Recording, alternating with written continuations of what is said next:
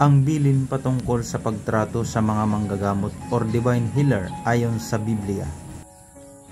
Igalang mo ang manggagamot ng marapat sa kanyang katungkulan, sapagkat ang Panginoon din ang nagtakda ng tungkuling iyan. Ang karunungan ng manggagamot ay mula sa kataas-taasang Diyos, at ginagantimpalaan siya pati ng mga hari. Dahil sa kanyang karunungan, marangal siyang nakakaharap kaninuman, at iginagalang siya pati ng mga may kapangyarihan. Ang Panginoon ang nagpatubo ng mga halamang naigagamot, kaya't ang mga ito'y di kinaliligtaang gamitin ng matalinong tao.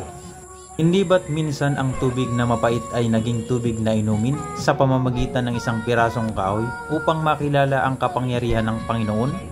May mga taong pinagkalooban ng tanging karunungan upang magamit nila ang mga kahangahangang bagay na nilikha ng Diyos.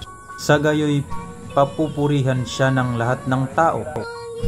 Sa mga bagay na iyan, kinukuha ng parmasyotiko ang mga gamot na ginagamit ng manggagamot sa pagpapagaling ng sakit at pagpapanauli ng kalusugan.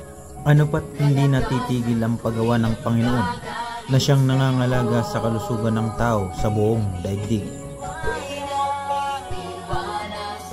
Ius inhibito nostro presencia muniamur Jesus Nazarenos Rex Saiderum Salvami.